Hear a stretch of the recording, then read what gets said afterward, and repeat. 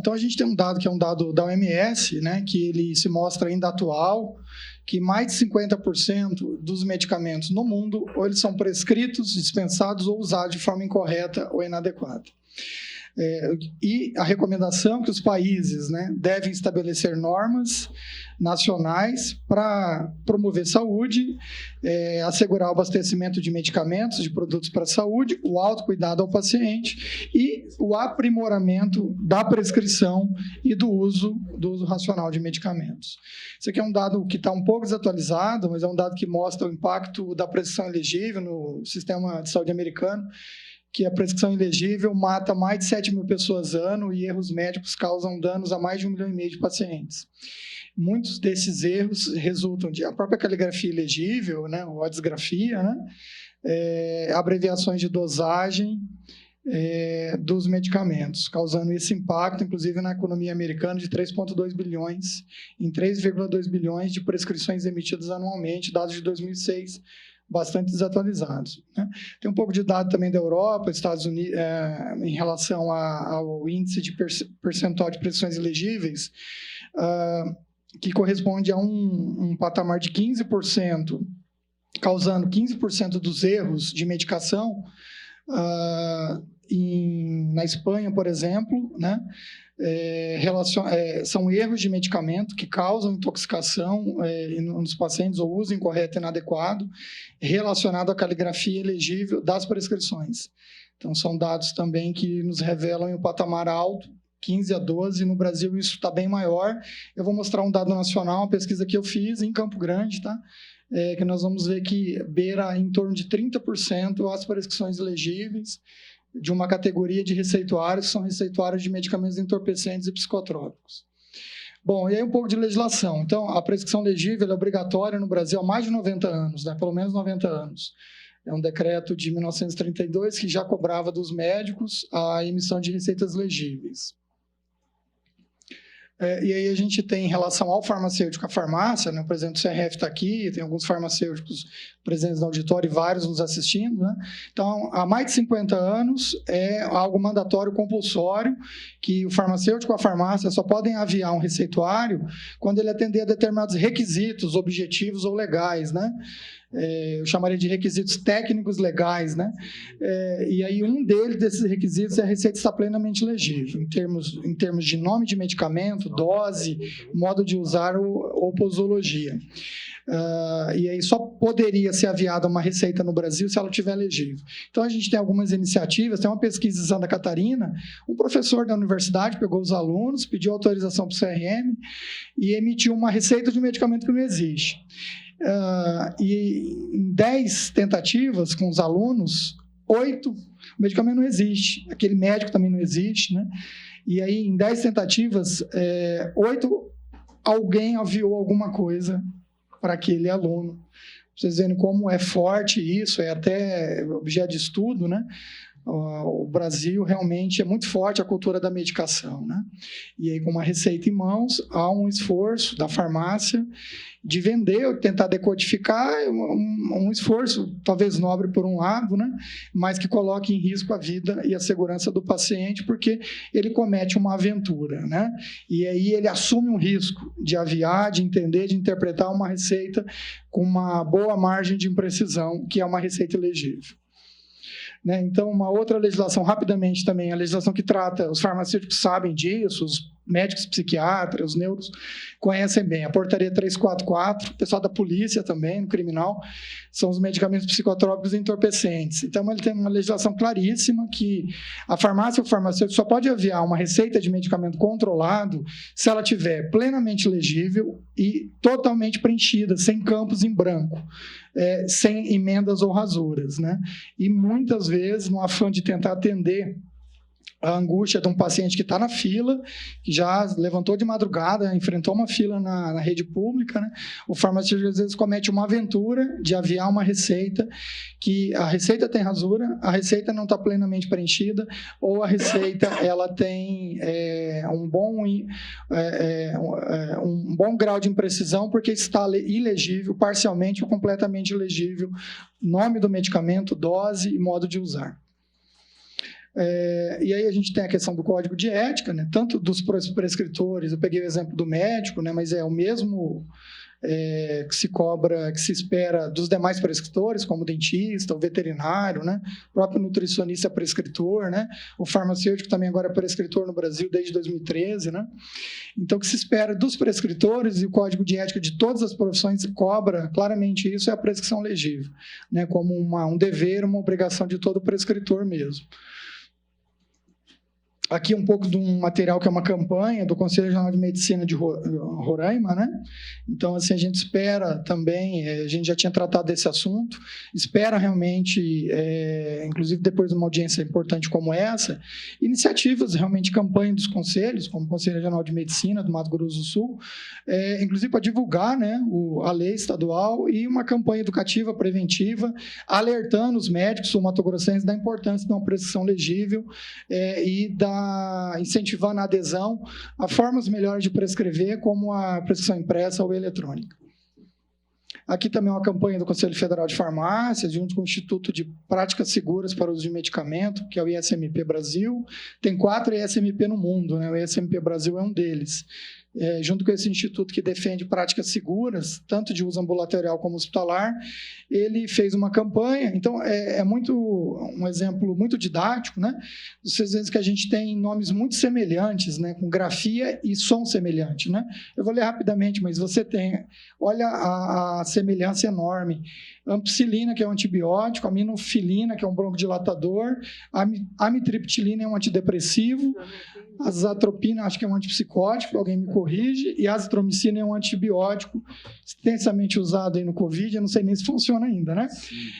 Mas o brasileiro usou demais. Então, o médico prescreveu um deles, a farmácia se equivoca, e aí realmente passa o medicamento para uma outra finalidade, ou outra indicação, e aí é um insucesso total da saúde, é um insucesso terapêutico total, que coloca a vida e o tratamento do paciente em risco, né? Aqui é uma pesquisa que eu posso mostrar, eu sou autor da pesquisa, em 2006, aqui no quadrilátero central de Campo Grande, centrão, coração de Campo Grande, com N de quase 2.500 receitas que eu recolhi, só receitas de medicamentos controlados. Então, você tem aí, dependendo da receita, receituário amarelo, né, que é para morfina, medicamentos como Ritalina, morfina, 40% elegível, tá? O meu critério para ser elegível, eu tinha um assistente, um aluno do primeiro ano de farmácia, sem familiaridade ainda com medicamentos. Se era elegível para o acadêmico do primeiro ano, era elegível para a pesquisa, né? Então, 40% elegível de receituário A amarelo e uma média de 28% de receituários elegíveis dessa pesquisa em Campo Grande, 2006. Né? E aí a gente chega uma receita elegível, né? Eu acho que não tem um dia da semana que eu não atendo um ou mais farmacêuticos com 2 dúvidas. Ajudá-lo a tentar decodificar aquela receita, né? E eu recomendo sempre falar, olha, se não está legível, não está compreensiva, você tem 2 opções. A legislação pede para o farmacêutico tentar entrar em contato com o prescritor. É simples entrar em contato com o prescritor da rede pública, da rede privada talvez, né? Então, assim, bem difícil. E se ele não consegue o contato com o prescritor, porque ele vai assumir um risco, depois tem as responsabilizações civis, criminais, administrativas, do próprio conselho de classe, né? Então, vamos imaginar que o farmacêutico ele faz uma anamnese, ele faz uma hipótese diagnóstica, né, ele compreende a condição do paciente. Vou lembrar que o presente narrou aqui, uma criança de 2 meses perdeu a vida no interior de Goiânia, uma cidadezinha interior de Goiânia, por 6 gotas, presidente, de bromoprida. O médico na rede pública prescreveu bromoprida, a farmácia hoje está tudo em nome genérico, né? Então, bromoprida, opa, nome genérico, brimonidina, doleira de glaucoma. Quem estava comprando? Não era uma criança, não era uma mãe com um bebê no colo, era o vovô. Era um senhor, um idoso. Então, o atendente raciocinou, olha, deve ser um colírio, um idoso é um glaucoma. Passou um colírio, a criança perdeu a vida por 6 gotas de colírio de glaucoma, por confusão de caligrafia médica ilegível, né? Isso, a farmácia foi fechada, acabou com a vida daquela família, né? Era filho único, né? E aí depois vão as ações de responsabilização civil e criminal, né? Cabíveis. Enfim, então vamos imaginar, o farmacêutico assume o risco da hipótese do aviamento. Ele pode dispensar errado o medicamento, dispensar o medicamento certo, dose incorreta, consequências desastrosas de qualquer maneira. Hipótese do não aviamento. Ele tenta falar com o médico, com o prescritor, muitas vezes não tem sucesso, ele devolve a receita e pede para o paciente voltar no médico. O que acontece muitas vezes? O paciente, ele tenta a sorte em outra farmácia, né? Porque ele sabe como é difícil voltar no serviço de saúde para conseguir outra receita. Rapidamente aqui, trocas muito comuns, né? Tandrexin, Tandrilax, né? Um é antibiótico, outro é analgésico e relaxante muscular, uma troca muito comum no Brasil. Esse aqui tem foi uma ação judicial, o farmacêutico errou o amoxil prescrito e dispensou um Downil, que é um remédio para diabetes, né? Tipo 2, hipoglicemia antioral, e aí o paciente fez uma pneumonia grave, internou e teve ação de responsabilização. O juiz foi interessante. Eu já li outras decisões judiciais, é muito comum o juiz condenar o médico e o farmacêutico 50% do valor da causa, né? Na indenização civil, na seara civil. Aqui, o juiz condenou o farmacêutico em 75% do valor da causa. Por quê? Porque o judiciário entendeu que o farmacêutico deve ser o porto seguro do paciente, deve realizar pós-consulta, né, e é responsável por analisar o medicamento prescrito, se a dose está correta, dentro dos limites posológicos, né, que não sejam tóxicos, seguros, né, e não havia receita. Então, o farmacêutico, pela legislação brasileira, deve ser o porto seguro do paciente e deve agir de tal forma. Então, aí a gente entra na legislação estadual. Nós temos uma de 2008, que é uma ação ajuizada pela Defensoria Pública, que cobra da rede pública e privada receitas impressas, ainda não se falava em prescrição eletrônica, né, na época, a receita impressa para médicos e dentistas durante a consulta, impressa, entregue pelo médico, pelo prescritor durante a consulta. No caso de urgência e emergência, o profissional pode emitir em letra de forma para diminuir o risco da caligrafia ilegível. A lei sujeita os infratores a algumas penalidades, como advertência, multa, interdição de estabelecimento, né? E há uma ação ajuizada, inclusive o juiz, na primeira fase da ação, fixou uma pena simbólica de R$500, né, salvo engano, por receita ilegível, que causou um prejuízo, um aborrecimento, colocou em risco, causou um transtorno ao paciente, né? À época da primeira fase da ação judicial. Aqui é uma prescrição real, tá? É um noticiário do Mídia Max, não é de hoje, é de gestões anteriores, né? Do Centro Regional de Saúde, a gente está falando disso aqui. É absurdo, é completamente ilegível, né? E aí, obrigações em relação ao farmacêutico, né? Que o farmacêutico ele deve tomar todos os cuidados em relação ao receituário. A farmácia e drogaria somente pode aviar ou dispensar um receituário quando todos os itens deste receituário estiverem plenamente legíveis e devidamente preenchidos. Cabe ao farmacêutico sempre observar os aspectos técnicos e legais do receituário, verificar se a receita é legível, se a dose está dentro de uma dose terapêutica, dentro de limites normais, posológicos, né, para aquele paciente. Muito comum, o médico prescreve para uma criança e coloca uma dose de adulto. Ocorre com certa frequência ainda, né, por N outros motivos, né, sobrecarga de trabalho, o posto de saúde está cheio, né, e muitas vezes o farmacêutico vem e exerce o papel de porto seguro, né, e ele verifica que está uma dose alta, uma dose de adulto para um paciente pediátrico e faz a intervenção, né. Não havia, orienta o paciente a retornar no médico. É direito do farmacêutico interagir, tem-se interagir com outro farmacêutico, com o médico prescritor, exigir dos profissionais o cumprimento da legislação, recusar a exercer a profissão sem condições de trabalho, né, e exercer sua profissão com autonomia. Então, o farmacêutico tem autonomia diante de uma receita incompreendida, ilegível, que cause suscite alguma dúvida em relação até sobre a segurança da posologia, da dose prescrita, negar o aviamento, que a gente chama de recusa motivada ou justificada, né? Ele deve orientar o paciente, ele pode fazer observação no verso da receita. E ele pode também tentar o contato com o prescritor. Não é porque, obviamente, os prescritores são seres humanos, então todos nós estamos sujeitos a erro, né? E aí, em muitos casos, o prescritor fica muito grato, agradece o farmacêutico, ali se cria um vínculo, às vezes até uma relação de amizade, né? Isso ocorre muito nas farmácias em frente das UBSs, né? Porque muitas vezes ocorrem essas confusões e por isso que a gente tem que trabalhar em equipe. Ninguém é melhor que ninguém. O farmacêutico tem o papel dele, o médico tem o dele, né? E o farmacêutico tem autonomia, inclusive, para não aviar uma receita. Soluções. O CRF tem proposto, sendo muito propositivo, desde 2019 tem proposto audiências públicas, projetos de lei, já foram realizados 4 audiências públicas, na Câmara Municipal, com apoio da Defensoria Pública, e agora esse ano na Assembleia Legislativa, né? O Conselho, na primeira audiência pública em 2019, convidou os conselhos de classe, as autoridades, e assinou uma carta aberta, uma carta de compromisso, em que as autoridades se comprometeram a buscar soluções tecnológicas e desenvolver campanhas para obter prescrições mais legíveis, né? Várias entidades assinaram, foram signatárias desse documento. Os conselhos nós temos 14 conselhos da área de saúde, né? A gente convidou os conselhos que têm profissionais prescritores, né?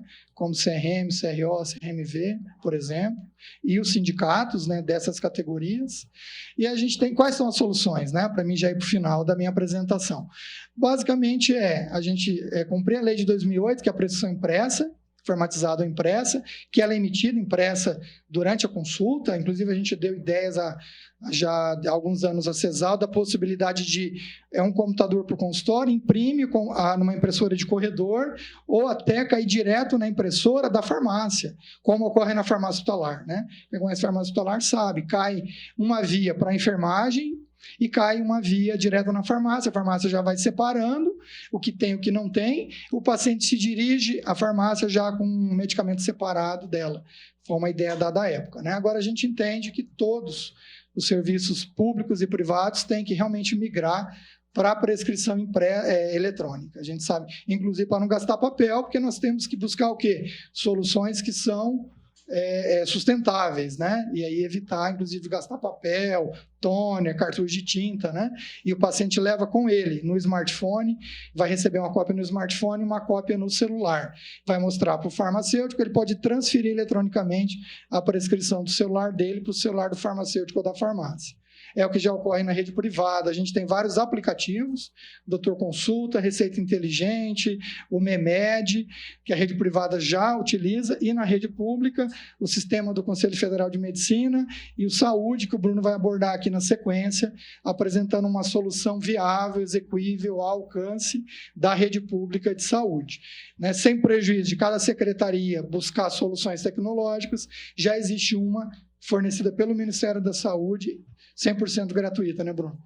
Então, vou finalizando já. Os aplicativos, eles geram prescrições com assinatura eletrônica, com token ou chave de segurança, que o paciente recebe, clica e ela é instantaneamente gerada.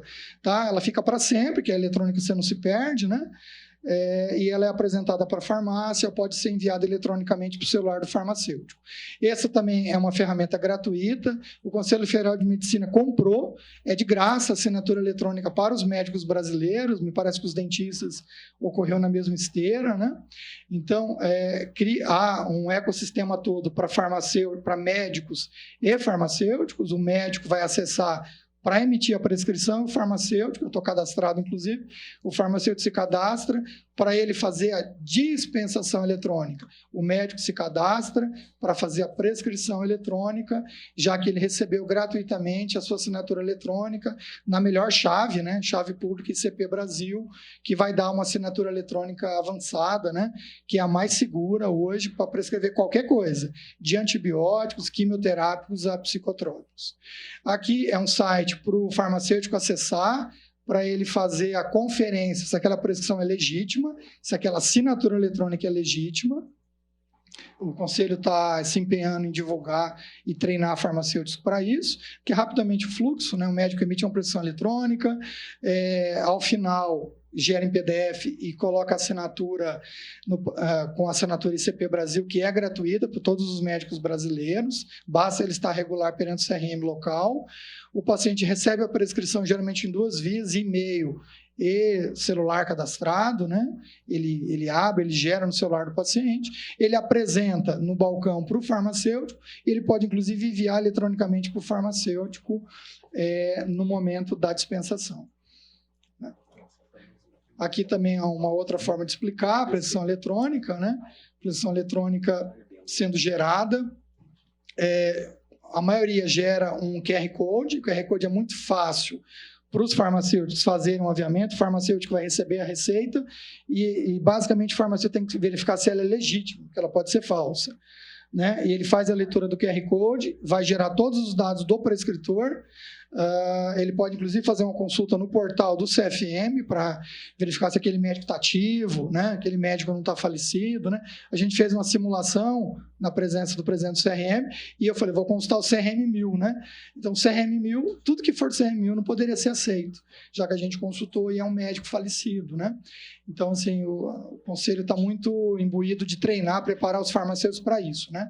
Porque também a gente tem que se blindar contra fraudes, né, e falsificações.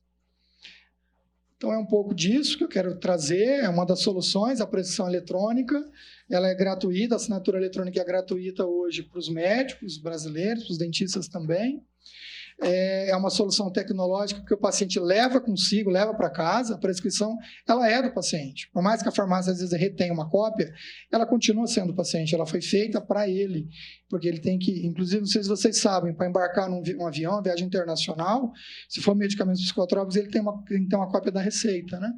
Ele pode ter problemas na hora do embarque em viagem internacional, no caso de psicotrópicos. E muitas vezes, quando é receita única, a farmácia via, o paciente fica tolhido, dá a cópia da receita, só vai receber a orientação verbal no balcão da farmácia. Com a eletrônica, não. Ele carrega consigo e vai continuar tendo ela, mesmo com a receita aviada.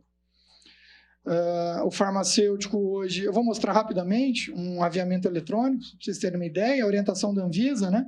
No caso de medicamentos psicotrópicos, antibióticos, se recomenda que a farmácia imprima, faça a impressão física da receita e conserve uma via eletrônica para fins de fiscalização. Aqui é um pouco do acesso de uma dispensação eletrônica, eu tenho acesso, estou cadastrado, né? Meu acesso está aqui, estou logado no Conselho Federal de Medicina, mesmo sendo farmacêutico, porque o meu login, meu acesso é para dispensação eletrônica, o médico vai logar para fazer a emissão, né, da prescrição eletrônica. Eu me loguei para quê? Para me fazer uma dispensação eletrônica. Então, aqui não está tão visível, mas são 2 medicamentos, né, um ácido folínico. E aí, o que acontece com a prescrição eletrônica? Ela fica válida durante 30 dias. Então, em tese, uma prescrição eletrônica pode ser enviada 30 vezes, uma vez por dia. Enquanto o primeiro farmacêutico, herói, entrar, fazer a dispensação eletrônica, quando ele fizer a dispensação eletrônica, ele bloqueia, e ela não pode ser aviada novamente. Aquela receita nunca mais será aviada. Então, assim, cabe um papel do Conselho Regional de Farmácia divulgar, preparar muito isso. Ainda não é a legislação que obrigue, né? A legislação obriga hoje o farmacêutico reconhecer que ela é legítima, né? Mas é importante fazer a dispensação eletrônica para você bloquear, para ela não ser aviada novamente, o paciente se encher de medicamento, criar uma farmácia caseira, criar estoques, enfim, né? Dependendo do medicamento, pode ser utilizado para o bem ou para o mal, né? Como os psicotrópicos, sedativos, hipnóticos, Boa Noite Cinderela, né? Então, há que você ter todo um cuidado, porque a prescrição eletrônica, ela tem uma validade, né, em torno de 10 dias, psicotrópicos e antibióticos 10 dias. Aí, realmente, ela se bloqueia sozinha, mas ela vai receber o bloqueio quando o farmacêutico logar e entrar e fazer o registro que dispensou aquele medicamento por item, porque pode ter 10 itens, e você pode aviar e dispensar um ou todos os itens da receita.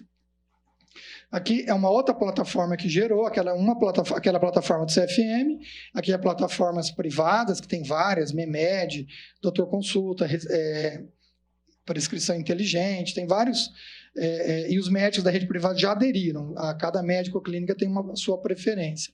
Então, é uma outra maneira também de buscar acesso à prescrição eletrônica, ou QR Code, ou um tag, um conjunto de números que você consulta e você valida no próprio site gerador daquela receita. Só que a farmácia tem que ter cadastro naquela plataforma geradora da respectiva receita.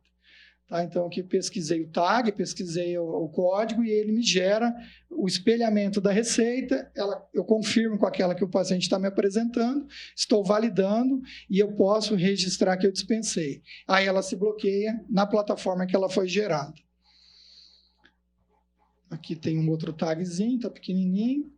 Ali é um token, que é um conjunto de letras e números, a gente pesquisa o token na plataforma que gerou, né? E aí eu confirmo que a receita é legítima, que foi emitida para aquele paciente com aqueles medicamentos. Finalizando, pessoal, então, assim, questões para reflexão e debate, né? Então, nós temos legislação aí exigindo a prescrição legislativa há mais de 90 anos, por que ela ainda ocorre nos dias atuais? Por várias questões, né, que cabem aqui nesse debate, nesse dia, né, com um público tão seleto. Se a prescrição ilegível é conduta profissional reprovável, é antiética, ela viola a legislação, ela viola o código de ética, né? Por que ela ainda ocorre nos dias atuais, né? Então, há uma série de respostas para isso, né? Os médicos da rede privada aderem, muitas vezes. O primeiro alerta, eles aderem, né? E os da rede pública esperam a questão da infraestrutura tecnológica mínima para eles terem, né? Inclusive, tem médicos que eu sei que falam, não, a minha UBS não tem, mas eu levo o meu notebook. Mas a grande maioria espera realmente uma infraestrutura mínima para isso, para ele ser capaz de emitir uma receita impressa ou agora mais atual e moderna, que é a eletrônica. Qual o papel dos conselhos de classe, dos gestores, das autoridades para enfrentar esse problema ou para solucionar esse problema? É outra questão de debate. A gente tem várias ações. O CRF tem encaminhado para o CRM, através de uma plataforma de denúncia, 6 remessas já. Cada remessa varia, às vezes tem 20 receitas numa remessa, tem encaminhado e tem pedido abertura de sindicância ao CRM, né? É uma maneira também. Muitos médicos, na primeira vez que isso acontece, mudam a sua conduta, contratam plataformas e instalam nos seus consultórios. E o problema se resolve. Hoje o problema é muito temerário, temos muito a evoluir na rede pública ainda, lamentavelmente, nas secretarias municipais de saúde. Será que a única forma de assegurar a prescrição médica legível é a receita impressa? A gente já viu, inclusive nos debates aqui, que não, né?